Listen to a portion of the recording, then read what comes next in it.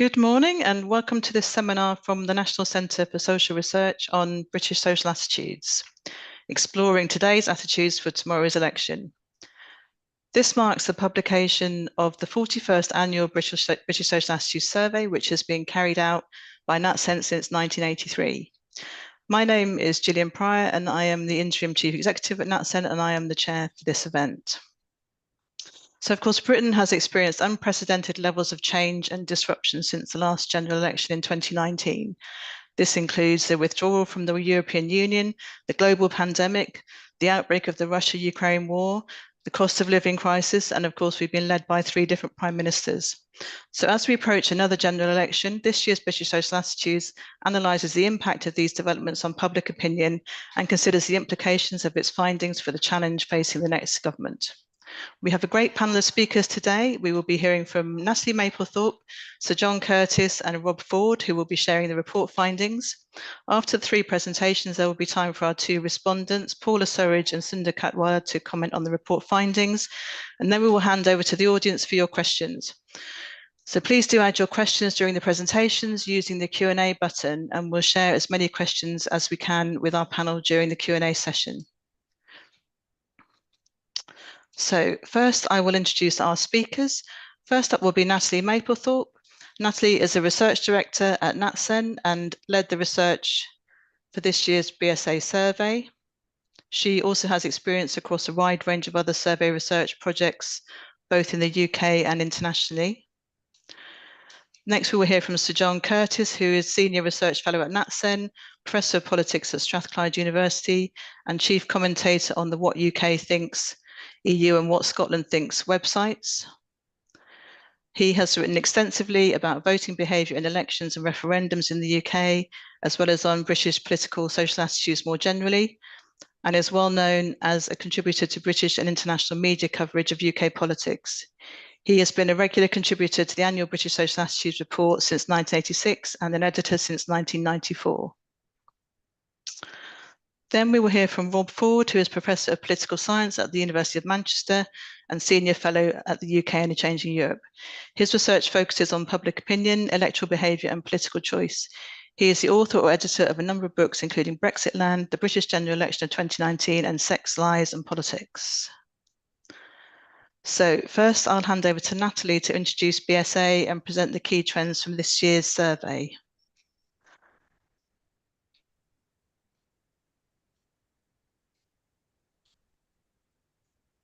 Thank you for the introduction, Gillian, and welcome everyone to the launch today. This morning I'll be speaking to you about the impact of the social and political events of the past 5 years on public attitudes.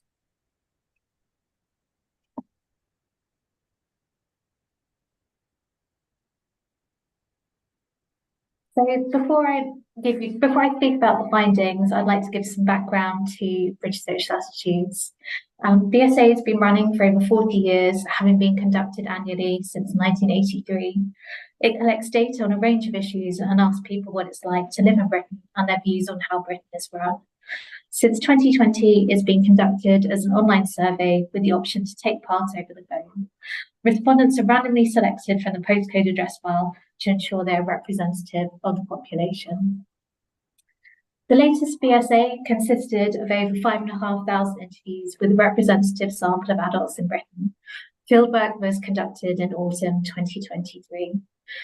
The survey covers a range of topics, including attitudes towards pensions, satisfaction with the NHS, national identity and citizenship, EU membership, trust in the political system, and a range of other topics. It's a multi-funded project, and we would like to thank the following funders who are shown on the screen for their continued support of BSA. As Gillian mentioned, Britain looks very different now from how it did when the Conservative Party came into power in 2019. Since then, the UK has faced a series of social and economic challenges, which Gillian has mentioned. We've assessed how far these developments have affected public opinion and the implications they might have for the next government. In this presentation, I'll be talking about the impact of the experience of the last 5 years on public attitudes, focusing on 4 main areas. So trends and attitudes towards public services and the taxes needed to pay for them, public opinion towards some of the economic challenges faced by the country, attitudes towards cultural issues such as Brexit and immigration, and attitudes towards the country's political institutions. I'm going to start off by speaking about satisfaction with the health service. The onset of the COVID-19 pandemic was one of the largest public health challenges faced by any UK government, putting great pressure on the NHS. The after effects of this pressure continue to be felt, particularly in long waiting times for treatments and falling satisfaction with the NHS. BSA has asked about levels of satisfaction since 1983, and data for this entire period is presented in the chart. Focusing more on the events of the past 5 years, at the time of the Conservatives' 2019 election victory, overall satisfaction with the NHS stood at 60%. Since then, levels of satisfaction with the health service have collapsed, falling to 53% in 2020, and 29% in 2022. The proportion who feels satisfied with the way the NHS runs has since fallen to a new record low of 24%. The dramatic shift in public attitudes towards the NHS throughout the life of the current Parliament has obviously occurred against the backdrop of an unprecedented set of circumstances. However, attitudes have continued to shift in a negative direction in the years after the pandemic's peak, in tandem with a rise in waiting times for NHS treatments. Previous evidence suggests that this trend is not reversible. As the chart indicates, the success of New Labour in reducing waiting times following their 1997 election victory led to a rise in levels of satisfaction with the NHS that was sustained throughout the following decade. The incoming government may therefore look to prioritise a reduction in waiting times in order to reverse the current trajectory of public attitudes, although given the constraints under which the NHS has been operating for a significant period, this may prove to be particularly challenging. A similar pattern has also been observed for attitudes to social care. Whilst in 2019, 29% felt satisfied with social care services in Britain, by 2022, this had dropped to just 14%, and current data is standing at just 13% who are satisfied. So our analysis so far has suggested that there's been a marked drop in satisfaction with public services since the 2019 general election. One way for the incoming government to address this might be to increase spending on struggling public services, generating the additional funds required to do so through an increase in taxation. But would the public be receptive to this? The events of the past 5 years might lead us to anticipate one of two things. Firstly, where public services are perceived to have deteriorated, we might expect people to indicate that taxation and spending should be increased to address the situation. As I mentioned in an earlier slide, views on the performance of health and social care services have worsened considerably in recent years. So we might expect support for increased taxation and public spending to have risen in line with these trends. So secondly, given the increase in public spending that occurred during the pandemic, it might also be the case that the public feels such increases in public spending has gone far enough. In short, we might expect something akin to a thermostatic response, whereby the public readjusts their preferences according to the temperature. When taxation and spending is perceived as having been too high for too long, the thermostat is toned down and support for further increases falls away. BSA is asked about public attitudes to taxation and spending since its inception, and data for the entire duration of the survey shown in the chart on the screen. Recent data perhaps suggests that a combination of those two developments has occurred.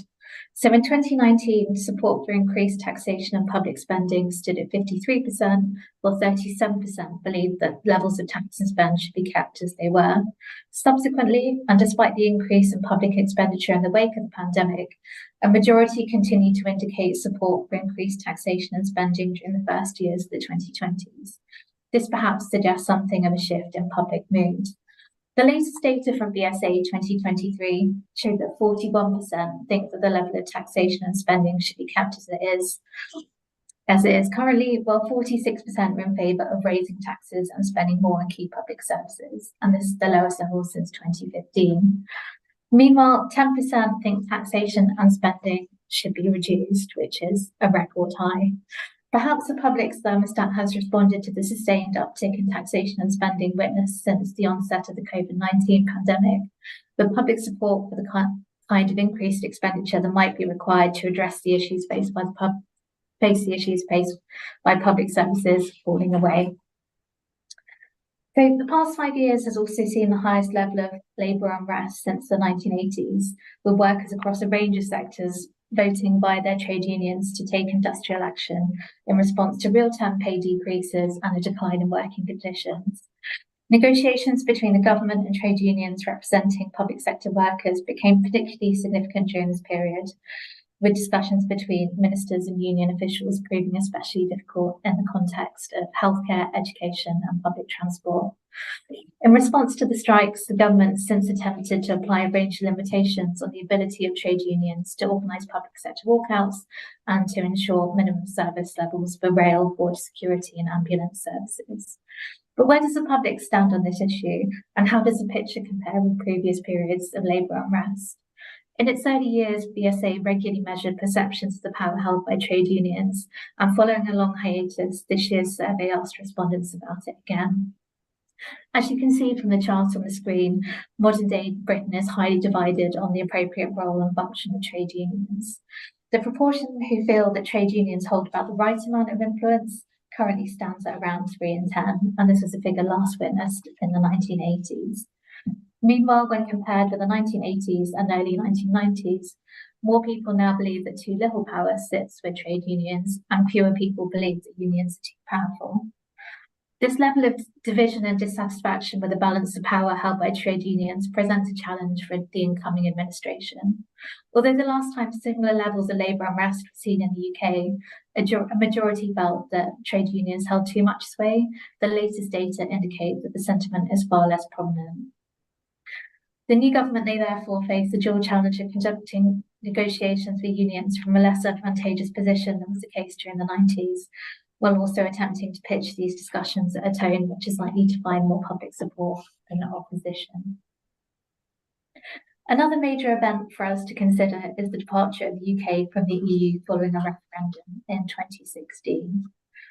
The implementation of Brexit gave rise to a series of political tensions which unfolded at an institutional level within government, Parliament, and the civil service, and between those in the electorate who hold a more liberal set of values and those who adopt a more socially conservative outlook.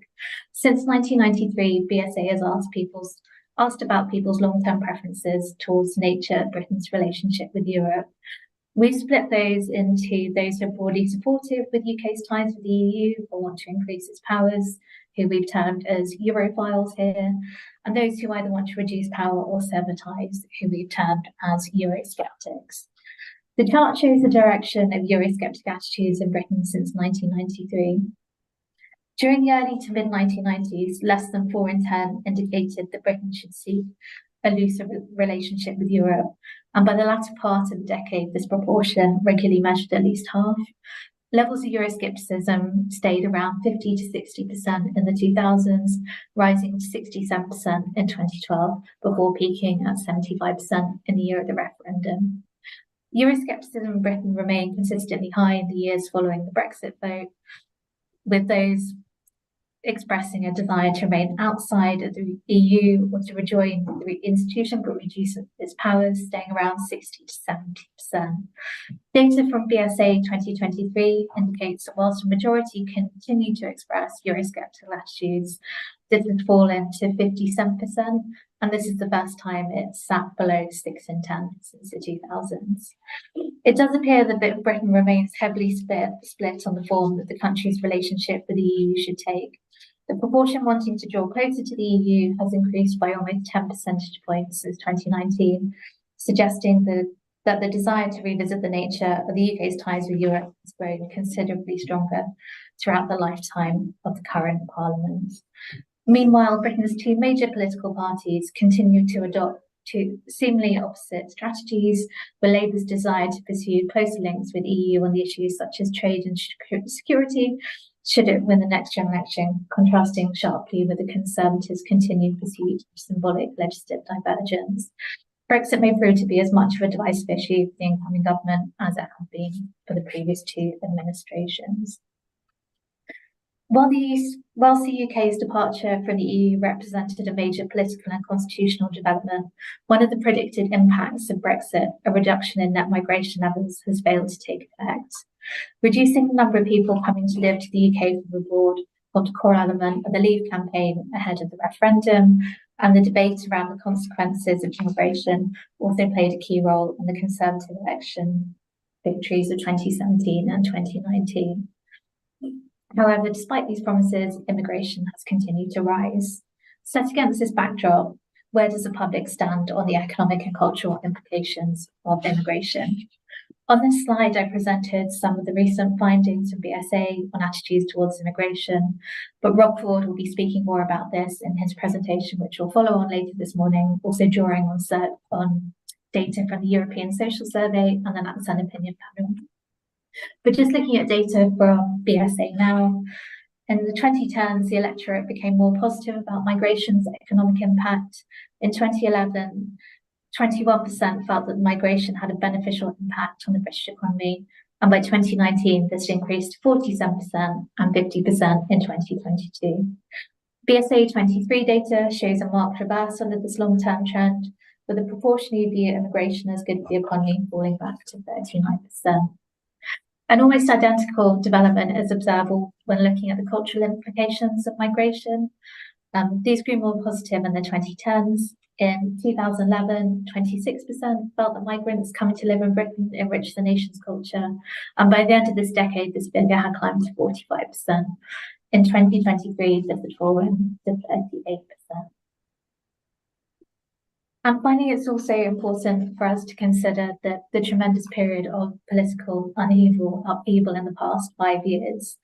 This has included the resignation of Boris Johnson following revelations that those in positions of power have not followed COVID-19 restrictions, and the resignation of Liz Truss in response to the financial market's reaction to her mini budget. This represents the first time that the UK has experienced multiple prime minister changes during the lifetime of a single parliament in more than 80 years. But to what extent do these events affect public trust and confidence in the government and politicians? This slide presents data on the issue from BSA 23, but John Curtis will be expanding on this more in his presentation this morning. But just to give you a flavour of the findings from BSA, 45% almost never trust British governments to place the needs of the nation above the interests of their own political party. This is the highest figure in BSA's history, and 36% trust government only some of the time. Almost 6 in 10, so 58%, almost never trust MPs to tell the truth when in a tight corner. 5% trust politicians just about always or most of the time. And 79% believe the system of governing Britain needs quite a lot or a great deal of improvement. So in conclusion, the many challenges with which public policy has faced over the last 5 years have left their imprint on public opinion. We've seen in these slides that being outside the EU looks less attractive, new doubts have risen about the benefits of migrants coming to Britain, and the role of trade unions has re-emerged as an issue of contention. Above all, trust and confidence in how the country is governed and by whom has fallen to as low as it has ever been. At the same time, there's widespread dissatisfaction with public services the government provides, most notably the NHS. Despite a substantial hike in taxation, so far at least, there appears to be only a limited demand that the size of the state and the nation's economy should be cut back to its pre-pandemic level. Disappointment at the turn of events over the last 5 years has, it seems, not entirely eroded people's hope that, irrespective of its partisan colour, the government will eventually be able to turn things around. And that, at least, will be the challenge facing whoever wins the 2024 election. Thank you. Great, thank you, Natalie. Really interesting introduction to the wide range of topics covered in this year's British Social Attitudes report. I now ask Sir John Curtis to present the findings from 2 chapters of this year's report that he's written. So, what divides voters and political trust and confidence? Thank you. Hang on, just get this straight. Right, yes, okay. Thank you very much, Gillian. Let's go back to the beginning. Yes, right. So we're not talking a great deal about Brexit in the general election campaign, but this is looking at a couple of ways in which the shadow of Brexit may still or may not be playing a role in our politics. The first bit is going to be looking at the relationship between attitudes towards Brexit and how much trust and confidence we have in our politics and politicians, which Natalie began to introduce. But then secondly, also, I want to look at the role of Brexit in shaping the ideological and value divisions in our politics, and whether or not, even though it's not being talked about in this election, Brexit and associated issues are in fact still quite strongly shaping the choices that people seem to be contemplating for July the 4th. But to go back to the beginning, this is one of the questions that Natalie was mentioning. It's actually goes all the way back to 1973. It was first asked in a NatCen survey, not that it was called NatCen then. It was done for the Royal Commission on the Constitution, which was looking at devolution back in 1973. And you can see at that point, we were more or less evenly balanced between those who said that basically how we govern ourselves is fine, doesn't need much improvement, and those who felt that rather more radical change was required. Now, the predominant mood throughout the subsequent 50 years has been one of we need radical change, although that did diminish quite markedly in the immediate wake of the election of New Labour. But as you can see, if you look at the far right-hand side, we now have 79% of people saying that we need a great deal of improvement in how we're governed. And that's taken us back to the level that we had in 2019. The reading there was taken during the midst of the Brexit stalemate. And what you will see that in between, and this is going to be part of the leitmotif of this first half, is that in between actually our perceptions of how we were governed improved. So during the pandemic, we were rather happy about how we're being governed as compared with where we are now or where we were before the 2019 election. Second measure I'm going to focus on is whether or not we trust governments of any political party to put the interests of the nation above those of their own political party. This goes back to the 1980s, and you can see at that point, not that many of us were saying, no, I never trust governments to do that.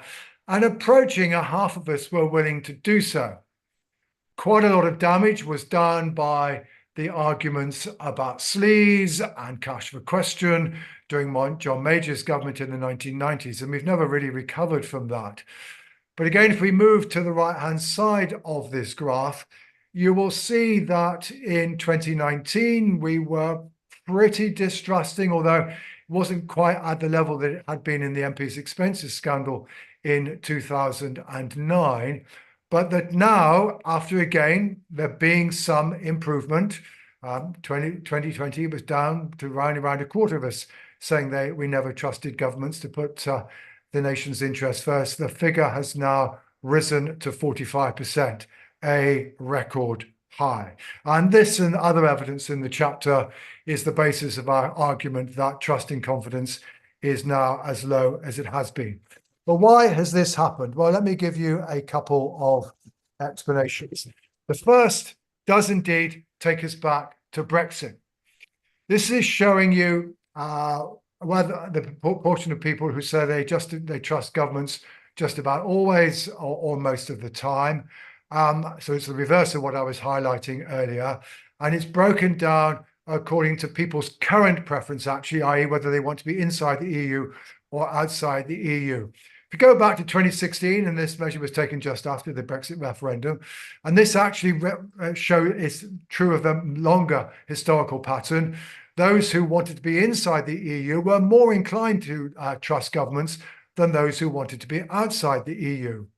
But the implementation of Brexit by 2020 reversed that pattern, and that reversal was still in place in 2021. But you will see that that reversal has now itself been reversed, and that those who would now vote to stay out of the European Union are basically hardly any more likely to say that they trust governments than are those who would vote to rejoin. Trust has gone down amongst both groups, but it's particularly gone down heavily amongst those who want to be outside the European Union. Doing the same analysis for whether the governance of Britain. Here, there wasn't much difference in 2019. Both groups were pretty unhappy about the way we're being governed.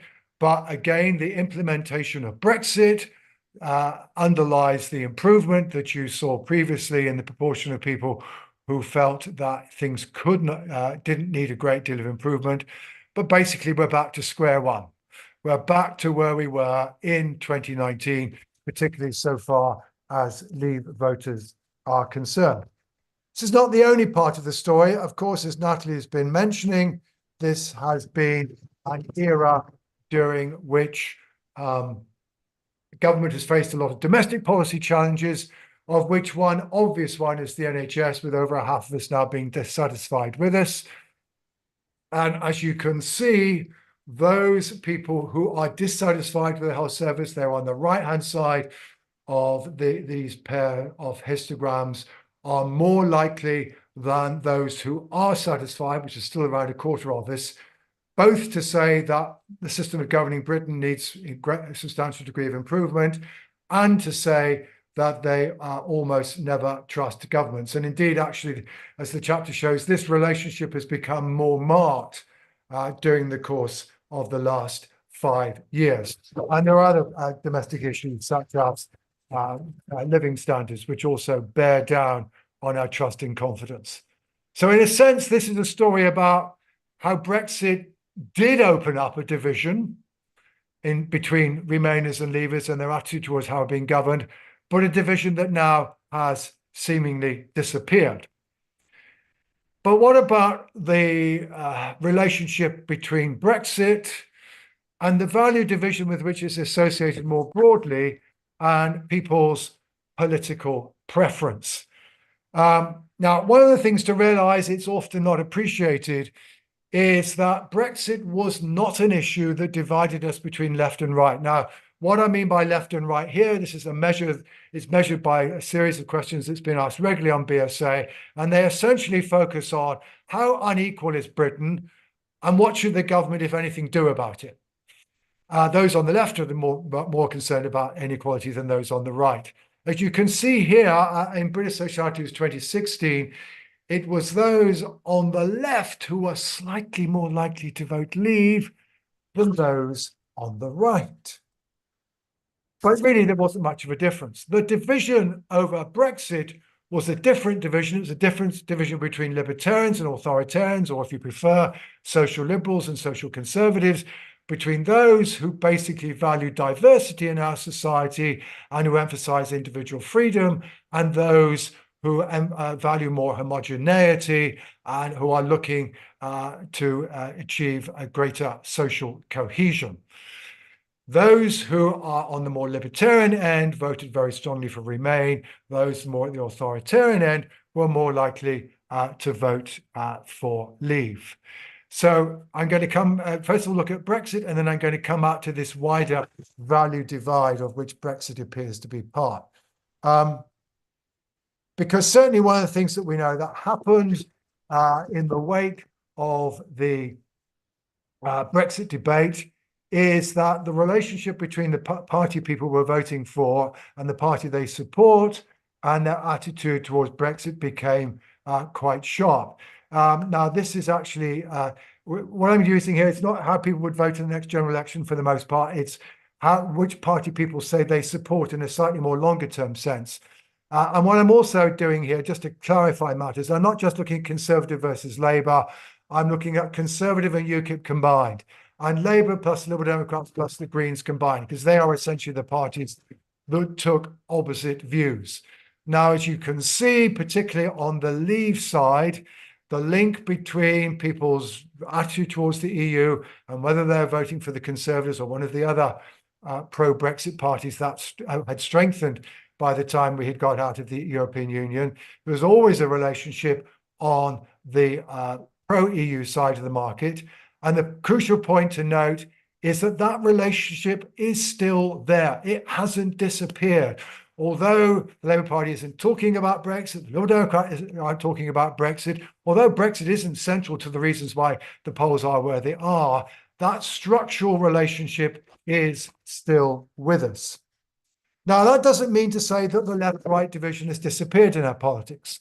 It hasn't. I'm now taking that left-right measure and again showing for 2016, 2020, and in our most recent survey, the difference in support for, first of all, the Eurosceptic parties, the pro-Brexit parties, and those who are at the other end of the spectrum.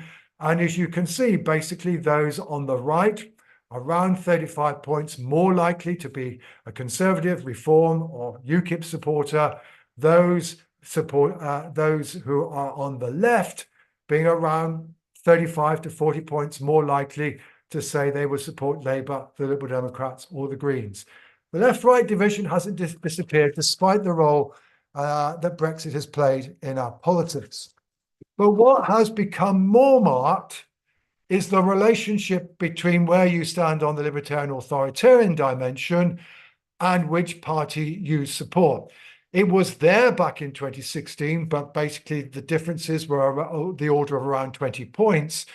Now we're looking at differences rather more, particularly on so far as the Eurosceptic parties are concerned, more of the order of 40 points. So this division in terms of values, of which Brexit, which was part, is now very clearly part of the structure of our politics, and that in terms of ideological divisions or a value division, our politics is no longer the one-dimensional politics for the most part that we were familiar with in the 60s, the 70s, and the 80s. It's now much more clearly a two-dimensional politics. But it isn't just about Brexit. Of course, one of the issues that was central to the Brexit debate was about immigration. And immigration is one of those broader cultural identity issues that has become more prominent in our politics, and which, again, all of these issues tend to be associated where people stand on that libertarian authoritarian divide. And actually, it's quite remarkable now, given the intensity of the debate we have between the parties over immigration, to realize that as recently as 2016, the difference in the level of support for the parties, according to people's views about whether or not migration is good or bad for us, the culture of our society. There were differences, but they weren't marked differences. So those who thought that migration was bad for the culture of our society, there were 16 points more likely to be backing the Conservatives or UKIP at that point in time. Equivalent figure now is 33. It's doubled. And there was a similar doubling, or indeed more, on the so-called progressive side of this argument. Again, if you look at other issues like transgender, attitudes toward Britain's history, again, you see this cultural identity divide being more marked. So it's a story of two halves.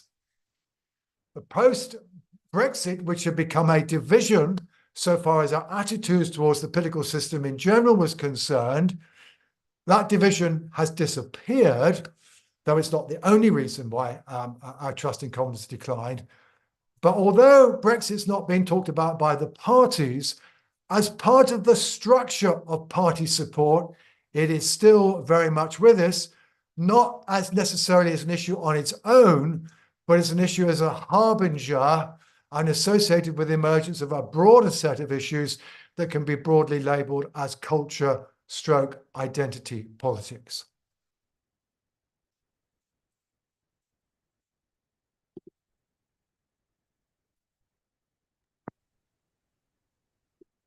Great, thank you very much, John, for a fascinating presentation. I'd now like to ask Rob Ford to present his chapter on immigration.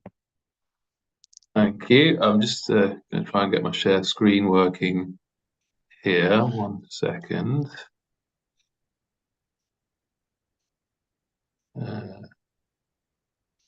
Right, it's sorry. Yeah, can everyone see that? Sorry, it was at the end. It's now back to the beginning. So you've got a flash you got it.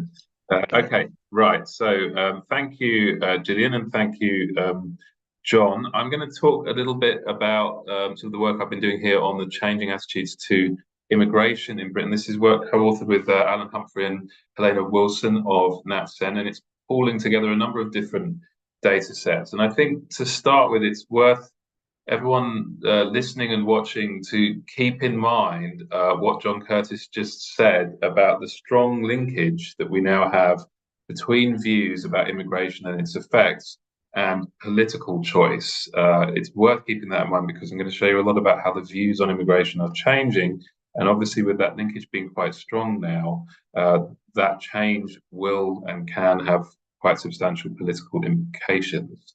So I'm going to run through 4 sort of topic areas here. So looking at the longer run changes in attitudes and then some possible drivers of those, then a little bit on the shift we've seen in the last couple of years, and then finally some stuff on the specifics of immigration attitudes. So to start with the long run story, there's a sort of very clear story across multiple data sets now. This is the European Social Survey data I'm presenting here, but it's evident in other sources as well, including the British Social Attitude Survey. The public's attitudes towards immigration have become substantially more liberal or open or progressive, pick your preferred adjective, over the course of the 2010s. So here, this graph is showing the share of people who say we should allow many immigrants from various different groups, either the same ethnic group as the majority, different ethnic groups, majority, poorer countries outside of Europe. In the 2000s, that figure would typically run at around 10%. By the end of the 2010s, it was running at more like 30%. If we look at views about the impacts of immigration, we see exactly the same kind of trend. Here we're sort of looking at views. This is people who are positive, these lines. The people who are giving the impact of immigration a mark of 7 or better out of 10 on a 0 to 10 scale. People giving 7 out of 10 or better on the cultural impact of immigration, and people saying 7 out of 10 or better in terms of immigration makes the country a better place to live. And on all 3 measures, you'll see that the figures were around 20 to 30% in the 2000s, and then they go on an upward slope all the way through the 2010s. And by the end of the 2010s, you're looking at around about a majority of the public giving high marks to immigration on all 3 of these measures. Now, what is driving this? Well, there are a number of possibilities, and as with many complex social trends, it's probably a mix of different things. One thing we see is generational change. So John talked about liberal authoritarian values. Views of immigration are linked quite closely to those, and we know that liberal authoritarian values have a strong generational component to them. Younger generations have tended to be more socially liberal. And we do also indeed see that younger generations, those born here in the 1980s and 90s or the 70s and 80s, are consistently more liberal on immigration attitudes than older cohorts. But what we also see is that over the course of the 2010s, everybody became substantially more liberal, though at slightly different rates. So the generational differences that are already there have gotten a little bit bigger. Older cohorts are more liberal now than they were, but younger cohorts have advanced even further in the direction of liberal attitudes. We also see on immigration attitudes a strong degree of educational polarization, and that has also increased over time as attitudes in general have become more liberal. Again, we see this pattern of 2-speed liberalization. Every group gets more liberal, but the groups that start most liberal advance furthest. So if we take, for example, the darkest bars here, that's people who leave school around about 16 with exit qualifications or no qualifications at all. Amongst that group, you see the share saying that they would be happy to allow many immigrants from poorer countries outside Europe, rising from 6% to 18%, a 12-point rise. Whereas amongst those with the highest level of education, university graduates, you see a rise from 16% to 40%. That's a 24-point rise. So the groups have stretched out along the track as time has gone by. That is also the pattern we see when we plot immigration attitudes against libertarian authoritarian attitudes. Both libertarians and authoritarians a bit more positive about immigration in 2021 than they were in 2011, but the shift is larger for liberal groups than for authoritarian groups.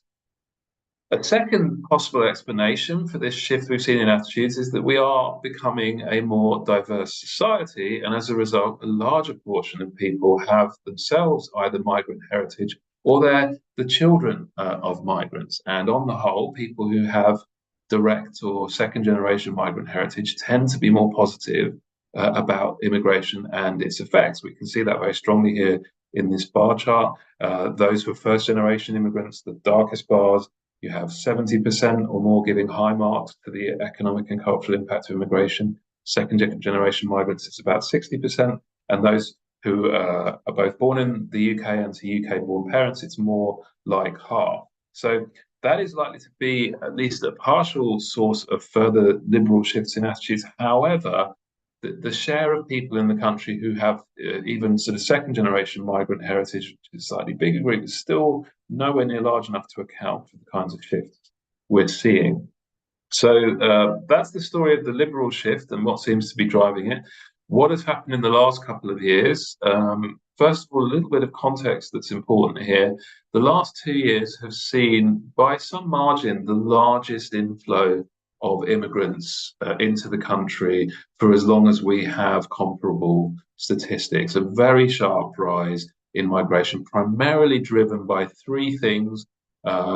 Increased recruitment of migrants in workplaces, particularly in the NHS and social care, an increase in student migration to the university sector, and an increase in humanitarian migrants from Ukraine and Hong Kong, following conflict in Ukraine and political discord in Hong Kong. So people are reacting to a very different context in the last couple of years. And what we have seen is some negative shift in attitudes on a number of measures, but it's a relatively modest negative shift relative to the big positive shift we had before. So what we've seen is a sort of slight reversal that still leaves us with much more pro-immigration attitudes than we had, say, in the 2000s, when overall levels of immigration were substantially lower than we have today.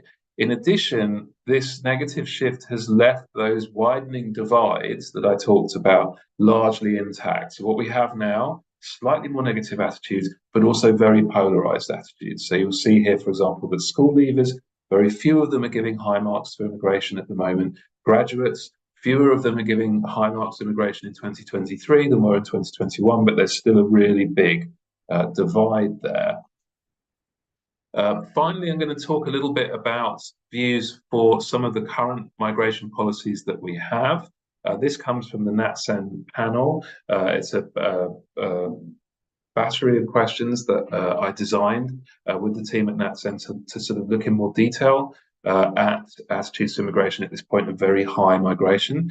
This first set is what we might consider very liberal migration policies, two policies that actually exist in the UK right now. The free recruitment of migrants in the NHS, and free recruitment of student migrants by universities, and one that we lost after Brexit. It was abolished after Brexit, which is free movement rights for EU citizens. The grey bars show overall support, and then the blue bars are showing how that tracks against views about overall economic impact. What we can see here is there is actually now majority support for restoring EU free movement rights that we previously had when we were members of the EU. However, that is extremely polarized by people's views about immigration in general. So 3/4 of those who are most positive about economic impact would like to see free movement return, but less than 1 in 5 of those who are most negative about economic impact. But we get a majority support overall figure because those who are positive about economic impacts are now a larger group than those who are negative about economic impacts. We also see strong support for the NHS being free to recruit as many migrants as it feels it needs to fill vacancies. That has about 60% public support overall, though again, it's strongly linked to people's views about immigration in the round, and those who are most negative about the economic impacts of immigration are not so supportive of this. However, something that's, I think, a little bit new in public opinion is the public are now a good deal more skeptical about giving universities the freedom to recruit as many students as they want from abroad. This used to be a relatively uncontentious matter. Now only about 1 in 3 of the public support that overall, and even amongst those who are most positive about the overall economic impact of migration, it's less than half. We also asked some questions about views concerning the refugee and asylum system.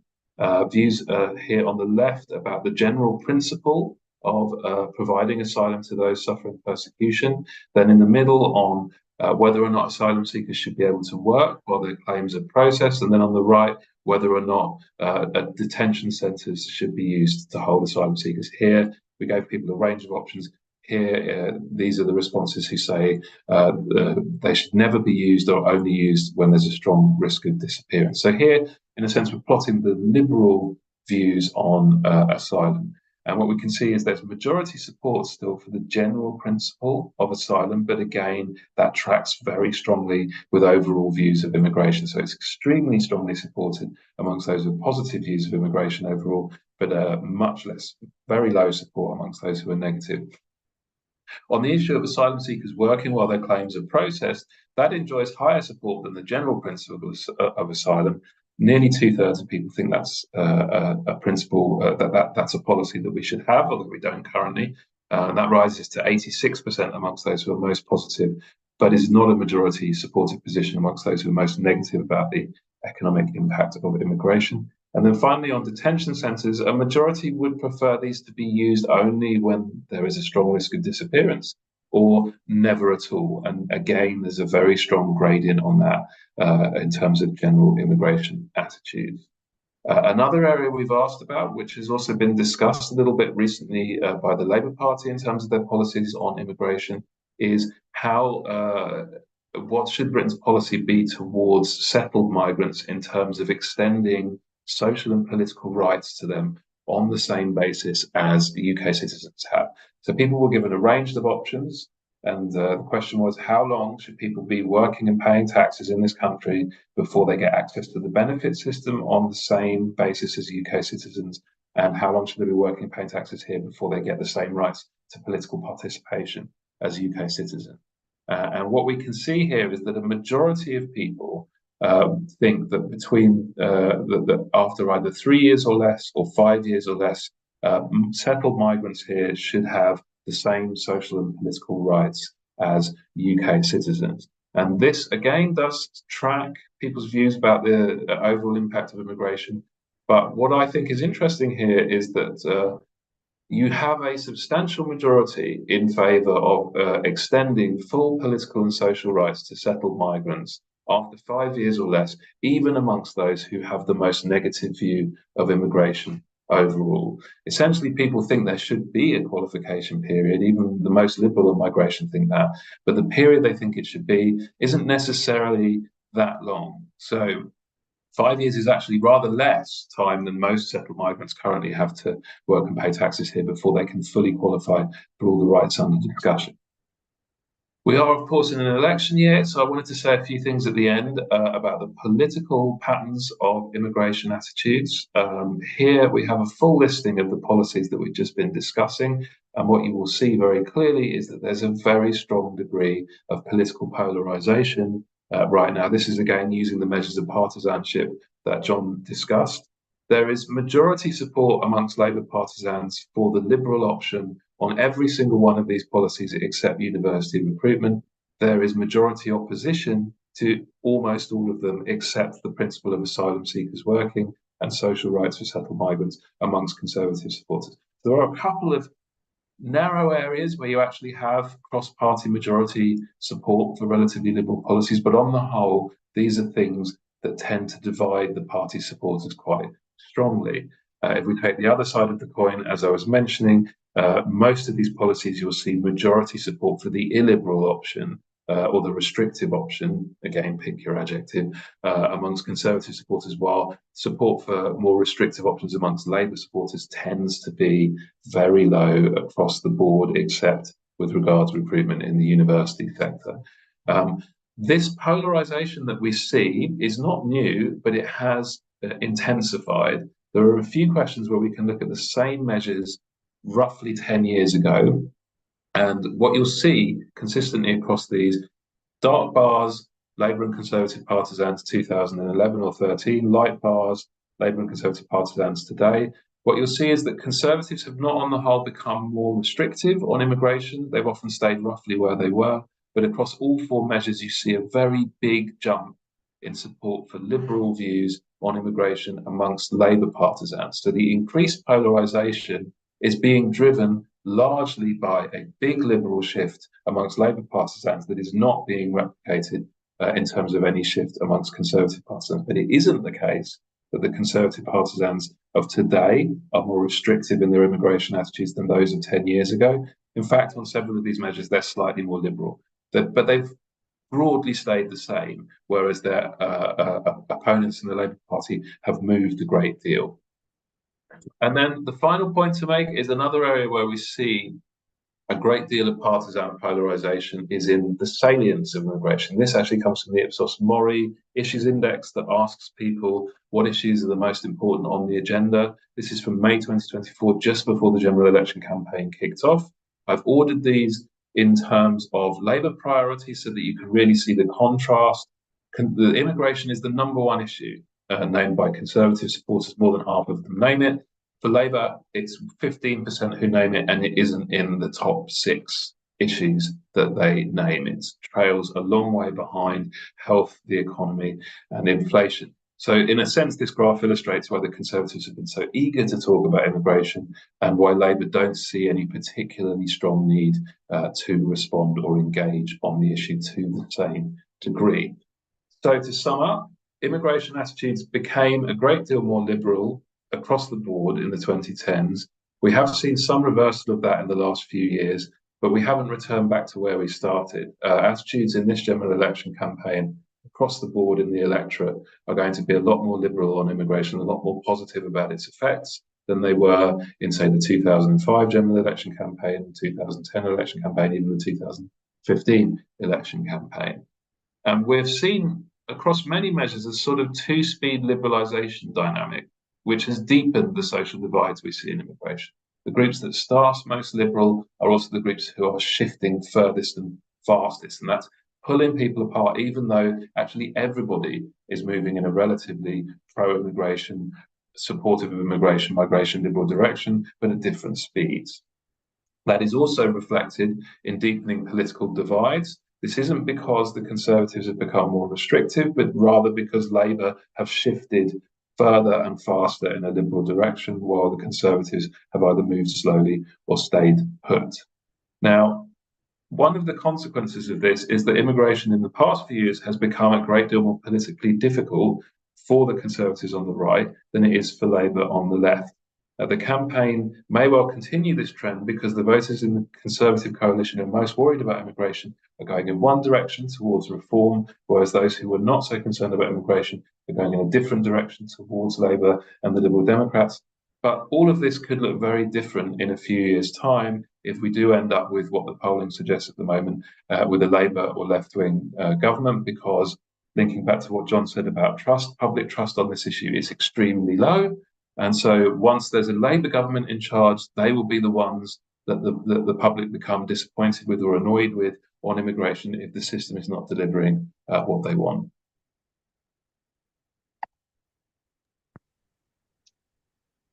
Great, thank you very much, Rob. Another really fascinating presentation.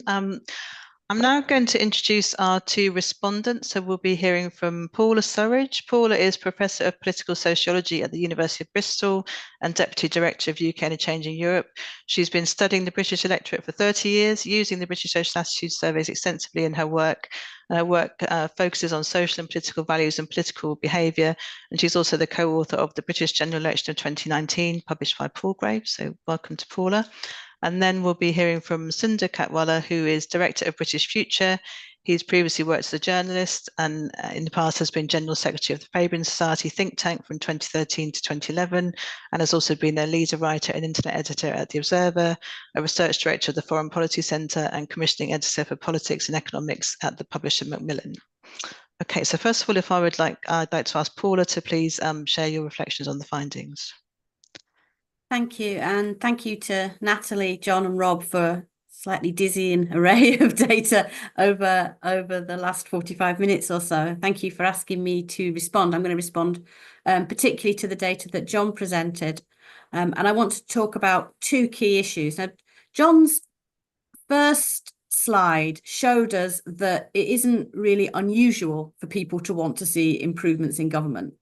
But what is much more unusual at the moment is that real lack of trust. And it has been a really key issue for voters. So I think Rob showed us some data there from the Ipsos Issues Tracker. And that tracker saw peaks of 25% of people saying trust in politics was one of the most important issues facing the country over the recent parliament. It hit those peaks in December 2021 as the Partygate story broke, and summer of 2022 as Johnson was replaced by Truss. I usually refer to it as the Truss interlude. Post the Truss interlude, other issues, particularly economic issues, rose up that, and trust fell down. Now, what John's presentation really highlighted was with that, this loss of trust has been particularly great since 2021 amongst those that voted to leave the European Union. So what we have in the electorate are angry, disappointed Leave voters, predominantly because the trust on the Remain side had already fallen. And these angry, disappointed Leave voters made up the majority of the Conservative vote in 2019. So trying to relate these findings over the long term to the election campaign that we're going into, what we have are lots of angry, disappointed Leave voters who are looking for other parties because they are disappointed with the Conservative Party and have lost trust in them. And what we're seeing is that they're going to go to lots of different places. The impact of this is not unidirectional. We'll see some of them going to Labour, probably slightly more going to Reform UK. In local elections, we've seen them choosing some types of independents locally, particularly residents' associations or things that are associated with particular local areas. And quite probably we'll see a chunk of them moving to non-voting because they are disillusioned with politics. They don't think that politics has delivered the change for them that they wanted. Can a new government rebuild that trust? There wasn't much, I don't think, in John's slide to suggest that we get a kind of cyclical new governments get a honeymoon period on this. And Labour's approach so far has been very, very cautious. They haven't been making big promises. So on the one hand, there aren't big promises to break. There aren't things to let people down on. But on the other hand, a number of commentators have argued that they're perhaps not being honest enough about the scale of the challenges ahead. And it may be there's still room there for people to become further disillusioned after the election, rather than for that to repair the loss of trust that we've seen. Now, my second key takeaway from John's presentation is around the values dimensions, which are the thing I've been most interested in my work over many decades, long before the Brexit divide highlighted them for us. I think what John's data showed was the importance of both the value dimensions. And for me, what that means is that it's about the challenges that the interaction between those two dimensions pose. I've often focused on a very simple cross-classification of those two dimensions to look at this, to see how different groups behave. But I note that NatCen very recently, last week, launched their own kind of classification around this, and through the Dividing Lines project, where they've highlighted 6 voter types that they think will be important, defined predominantly by these values. There are also other kinds of classifications knocking around, the values and identities clans that BMG research began work on in 2019, and More in Common have a set of similar sort of segmentation with a voter typology. Now, they're not identical typologies. They put slightly different things in, although all of them are based in large part around values. And what all of them do is identify a group that lean left in terms of economic inequality, but with a more socially conservative outlook. They also have a group that's really quite liberal, very politically engaged, and they all have groups more in the centre politically who are a bit more apathetic, not strongly motivated by politics. Now, somehow any party that wants to win an election has to pull together a coalition from these different voting segments. You can't none of them are big enough on their own, and they all have key differences in the things they want to see, their priorities, and how they approach politics. In 2019, Johnson was able, with his Get Brexit Done slogan, to bring those voters together and create a majority, to bring together a coalition of those voters. And it's possible in fact, if we look at the current polling, likely that Starmer can do something similar with the idea of wanting change. Though I think an aside there is that with reform kind of on the ballot paper everywhere, it might not be quite as broad a coalition as Johnson's was. But even if they manage this, these coalitions are fragile. And what John's shown us in terms of the rise of the Brexit values divide, alongside the persistence of the left and right, shows that different issues come and go and different fault lines will be revealed or will take a back seat for a while. And I think what this means is that we'll continue to see potentially big changes in voter coalitions between elections as groups come together around issues that they share attitudes and priorities on, and then get pulled apart on other issues. So I'll do a little bit of speculation to end. And I think it's possible, and maybe even likely, that as we head into the 2030s and beyond, big swings, big changes between elections may become more possible, if not even the norm. Thank you. Thanks very much, Paula. Some really interesting points there. Could we, I'll hand straight on to Cinder actually to pick up with your reflections on the presentations. Thank you.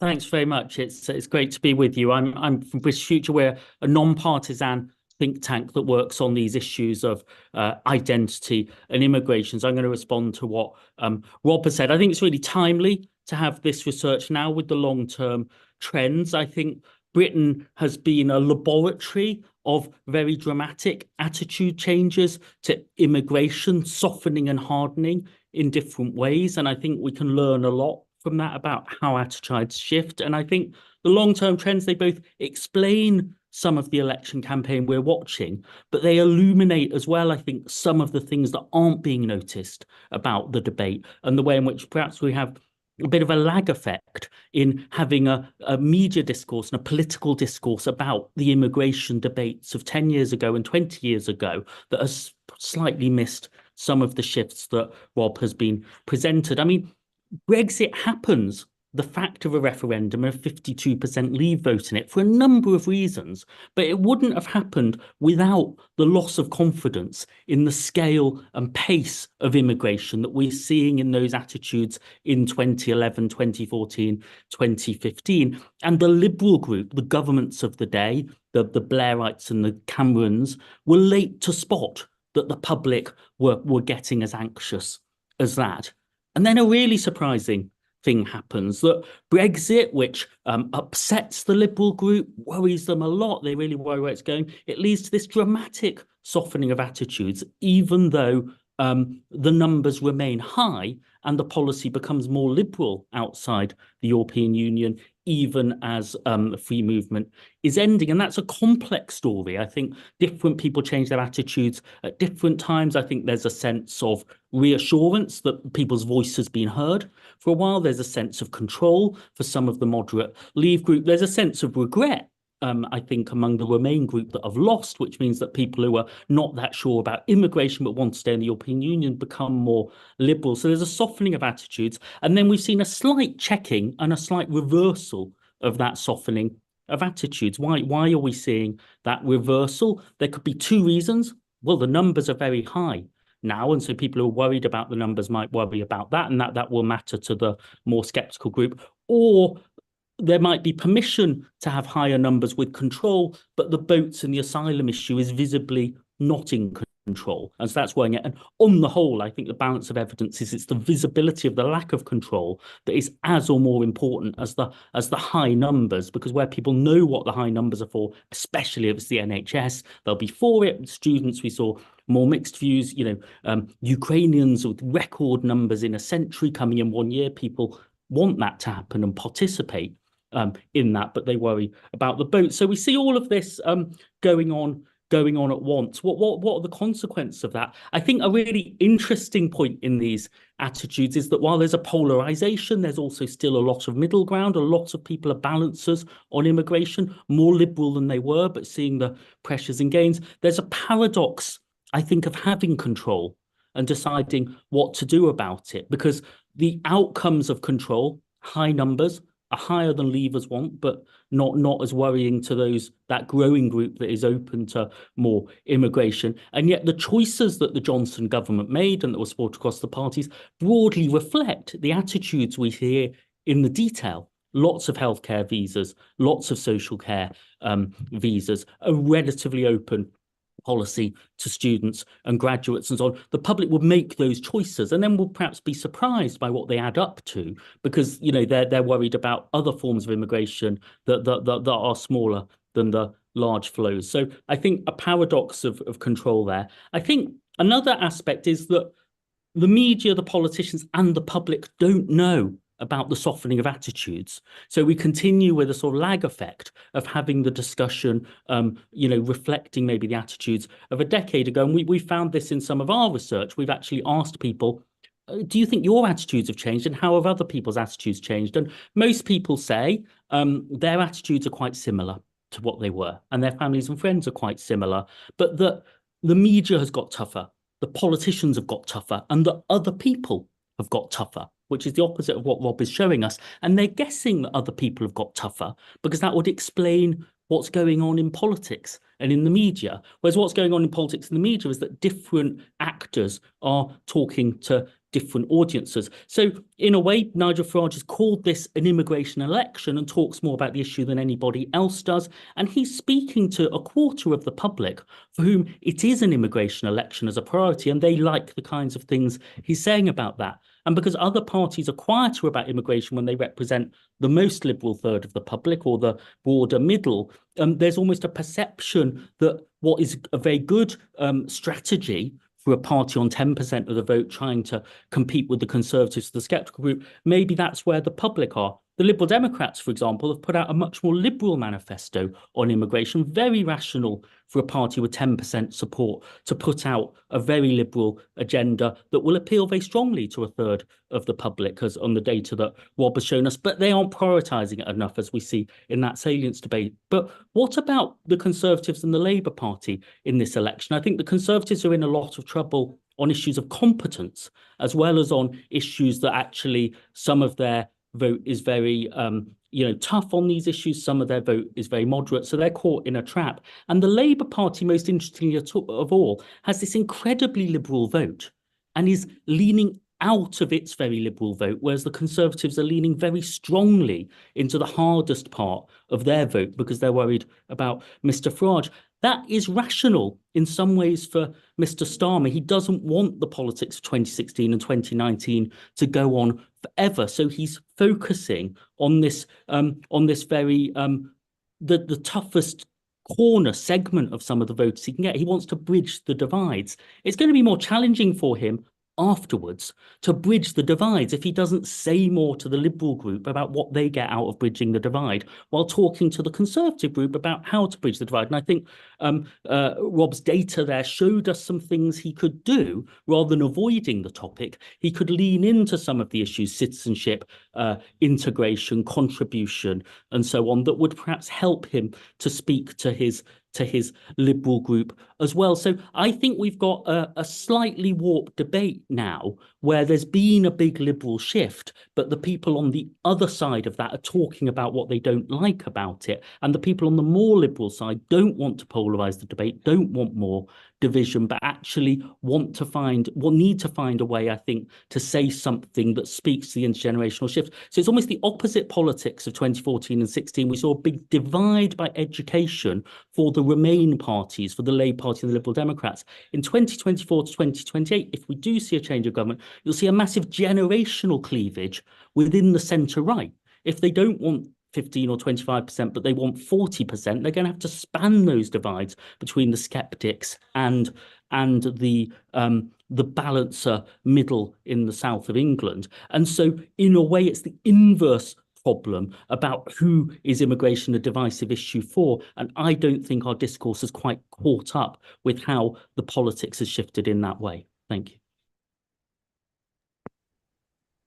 Thank you very much for interesting points. Could I ask our speakers and respondents to put your videos back on, and we'll start the discussion session Okay, I think first of all, I would like just to give the speakers the opportunity to either ask questions or respond to the respondents if you would like to.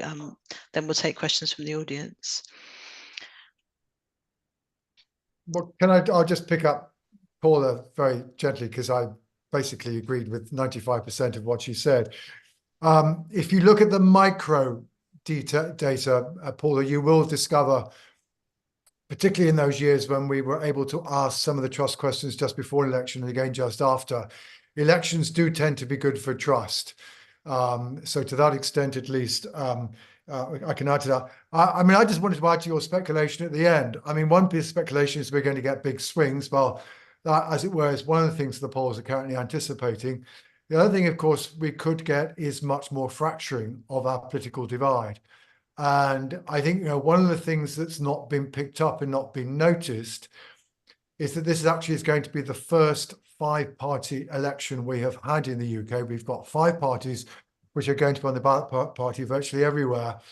And I mean, it was only one poll, and we'll see where it goes. But I mean, the most recent poll from YouGov has 40% of the public saying they're going to vote other than Conservative or Labour. So we, in focusing on that big swing and that big Labour lead, we may be missing something else that's going on, which is that we may well discover that the electorate looks rather fractured. And some of us, of course, do remember the spring of 2019, when we were asking the question about the future of our two-party system in the wake of the whole Brexit divide, and their combined support was down to 50%. Well, we're not there yet, but shall we say that was an indication of the potential fragility of our two-party system.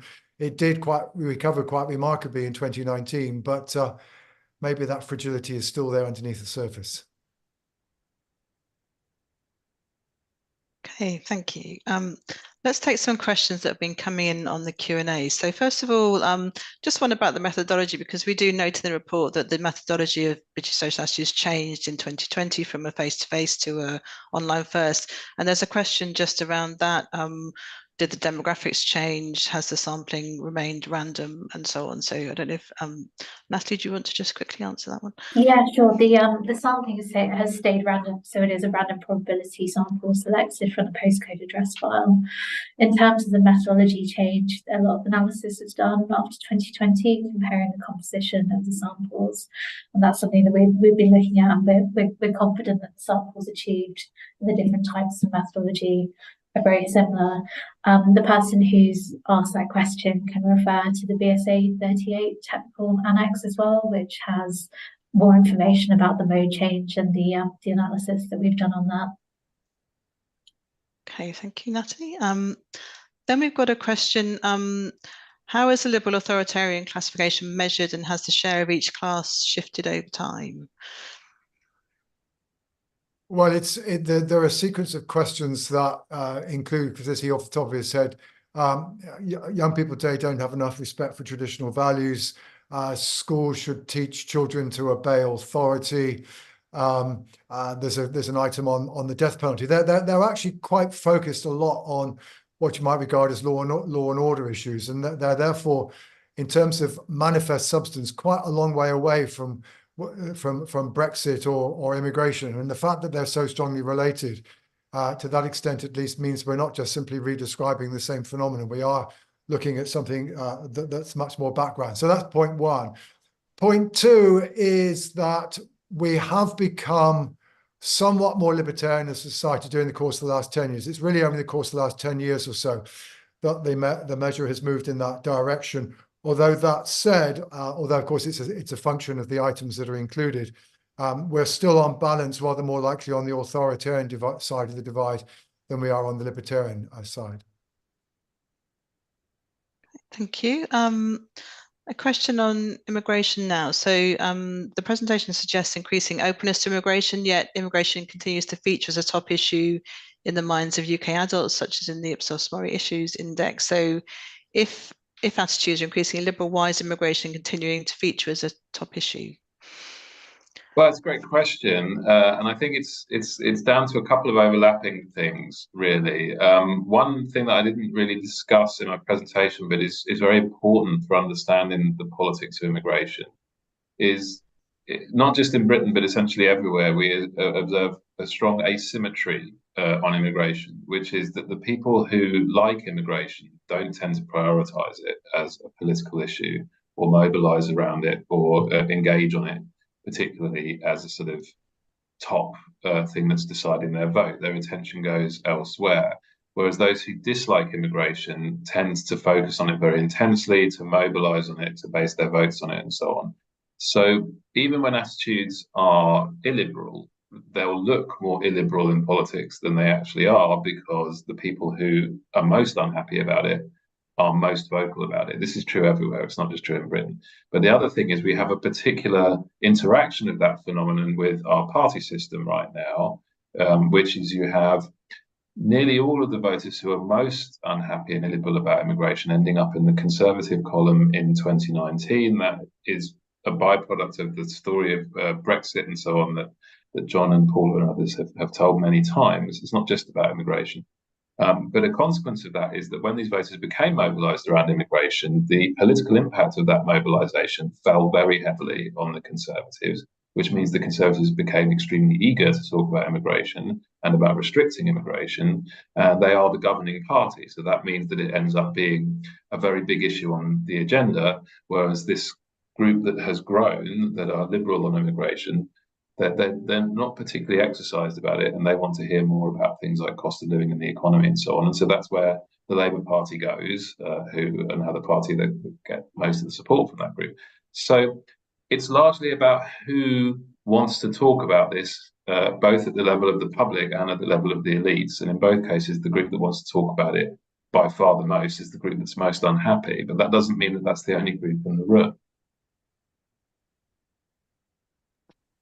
Thank you. Okay, let's move on. Another question probably for John. What, in your view, is driving the change in support for changes to the electoral system, and is there a relationship to the decline in party identification and increased volatility?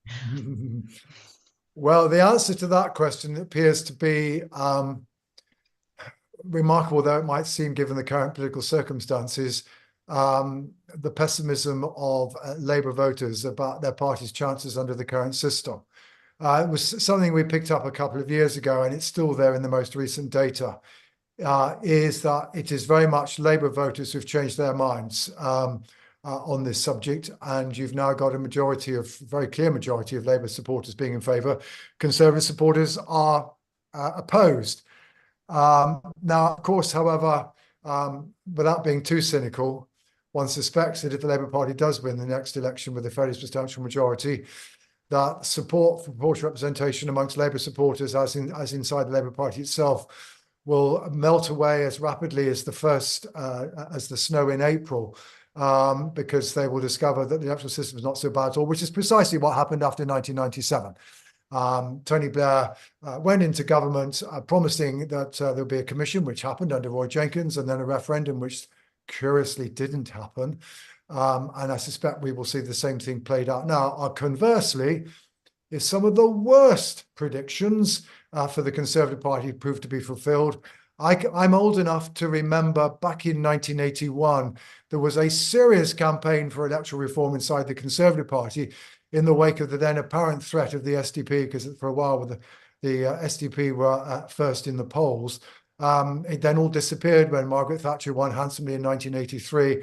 I think we might suddenly read it. So the truth is, people's attitudes towards electoral reform does tend to reflect in whose parties change, it is in whose interest it is to change. So I don't necessarily assume that these things will remain stable the other side. But at the moment, it's essentially Labour supporters who have been driving the change. Paula, would you like to comment on that as well?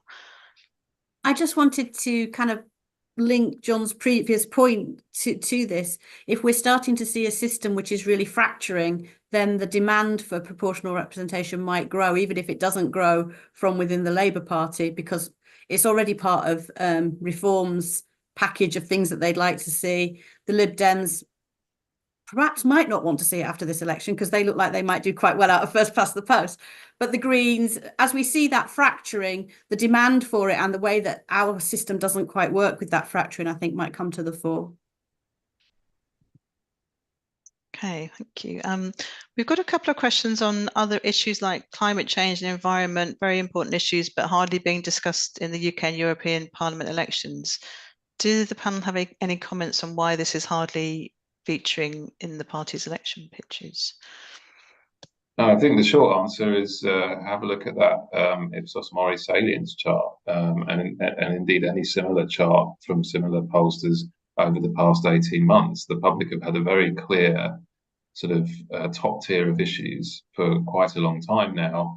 The economy, the cost of living, the NHS and healthcare, and immigration, and then everything else falls well below that. So it is, in a sense, perfectly rational for the political parties to focus their attention on that package of issues, because that is where the voters want to hear the most from them.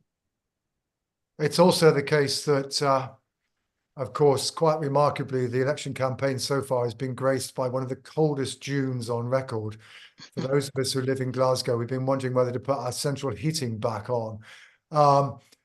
Conversely, if we were to have a heat wave during this campaign, the issue of climate change would go well up. We know the experience from the summer before last, when we had record temperatures in the UK, indeed across much of Europe. That concern about climate change rose quite markedly. But at the moment, the weather is not playing in line with the climate change predictions, at least in the UK. Of course, further south, Greece, hear the death of Michael Mosley. We are again seeing very, very high temperatures in Southern Europe already this summer. Okay, thank you. Here's another question. So gender is a big factor in voting in some US states, but in the UK attitudes, does gender make much difference? To what is, I think, the obvious answer. I mean, I think I'll refer you to there was a chapter in last year's report which looked quite extensively at the extent to which there were gender differences in attitudes. I think, in fairness to the authors, they discovered that the differences in gender were not quite as marked as perhaps they had anticipated, and that they tend to, I mean, they're not unimportant, because obviously even a small difference between men and women can make a substantial difference in terms of the aggregate level, but that they didn't discover that there were perhaps quite such big differences on some of these issues as they were anticipating. There is one aspect of voting behaviour where we do often see big gender divides, which is support for the radical right. So this could be very significant in this election if that gender divide is seen again in terms of support for Reform UK. Some of the polling I've seen so far suggests that there is once again a gender divide there, with women a good deal more unwilling to vote for Reform UK and a good deal more negative about Nigel Farage as a politician as well. And given how pivotal Reform's performance will be for Conservative seat prospects, that could end up being quite a consequential gender divide in some of the closer seats, I reckon. Okay. And there's a couple of questions on attitudes towards students and migration. Rob, can you share your thoughts on why student migration is viewed more negatively than the other types we're looking at? Well, the short answer is I'm not entirely sure yet. It was a surprise in some respects, this finding. I mean, I put up one of the measures, which is the question about whether the university should be fully free. There were other questions I asked where I gave people the migration statistics and then asked whether they thought this number was too high or too low. And that question, I think, may give us one clue as to what may be going on, which is, when people were given the numbers on students and when they were given the numbers on students' dependents, they net favoured that number coming down quite substantially. And the net preference for control was larger than in a similar question asked by Ipsos Mori that didn't give people the numbers. So I suspect it's kind of seeped into the popular consciousness now that there is a very large inflow of students into the universities from abroad. And it does seem that when presented directly with those numbers, people think it's rather too high. So I suspect that's probably part of what's going on, is that for 20 years, people have been very happy with students in the universities. They see it as a good thing. But with any social phenomenon, there comes a point where people can think this is too much of a good thing, and the various other sort of knock-on effects of it, they start to see more negatively. And that may be what's going on. But as I say, not entirely sure yet what the underlying driver is.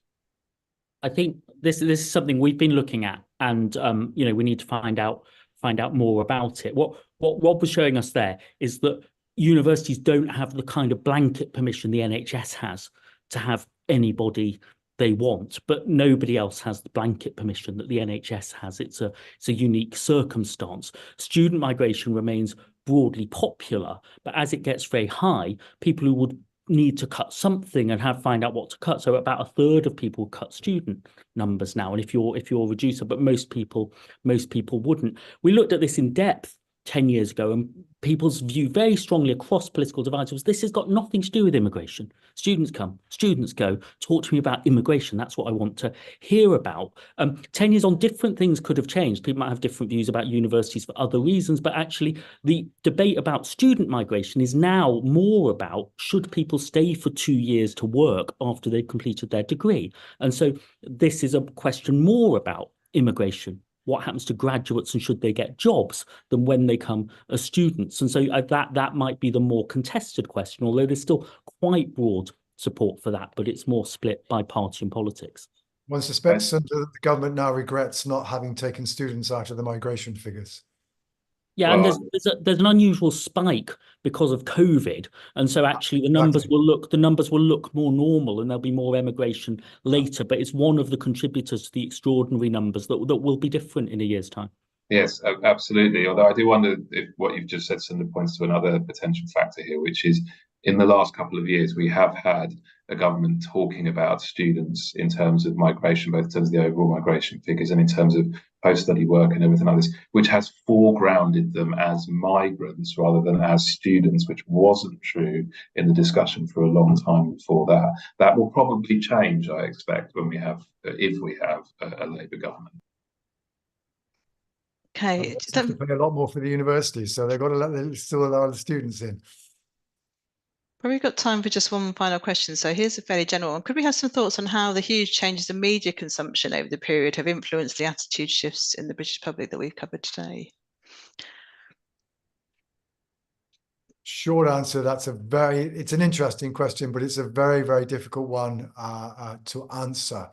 I mean, I suppose the simplest answer I could give you is that, of course, the media landscape itself is much more fractured. We have more television and radio stations and podcasts, and let alone social media, than we've ever had before. That, of course, does enable people to some degree create their own bubbles. But therefore, perhaps we shouldn't be surprised that in some respects, at least, we do indeed seemingly have a more polarized and fractured landscape. I mean, Rob has shown it on immigration, but it's not confined to that. And to that extent, at least, but I know I'm not going to go far and say this is cause and effect. One or other is a reflection of the other, but which way around the causal direction goes. But anybody who does media research knows this is a very, very difficult question to answer.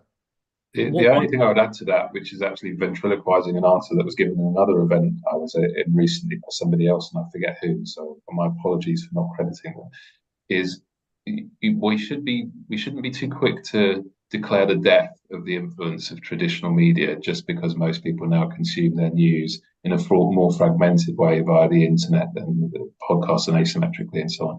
If we look at how information flows through the system, what we often find is that the big traditional media outlets end up being the root source of an awful lot of the discussions that are going on in these other spaces. So they still have the same kind of, well, not the same kind, they have a different kind of, they still have a lot of influence, but it's more asynchronous, it's more complex, it's more contested, but it's still there. We can't sort of say, outlets like the Daily Mail or the Guardian don't matter anymore. They're now the sort of source material for a very complicated conversation. Yeah, and the newspapers, but yeah. Sure. One big contrast between Britain and America. So the fragmentation can give you polarization, but the reach of the national BBC and the reach of the local BBC, and still the trust across tribes in the BBC, although it could come under more challenge, is a very distinct thing where there is still a major media provider that has got a lot of reach when people are thinking in the last few weeks of the election campaign. And that is something of an antidote to the polarization you see in America. So I think on that point, we're coming to the end of our time. So Just a reminder, if you would like to find out more about British social attitudes, you can find all the published reports on NatCen's website, so do have a look there. Fascinating set of material around the impact of the last 5 years on public opinion, the challenges that people have faced and how that's affected the public's mood. Just remains for me to say thank you very much to our 3 speakers, so to Natalie, John and Rob, and to our respondents, Paula and Cinder, and thank you of course to the audience for your attention and your great questions. So thank you everybody, or good morning.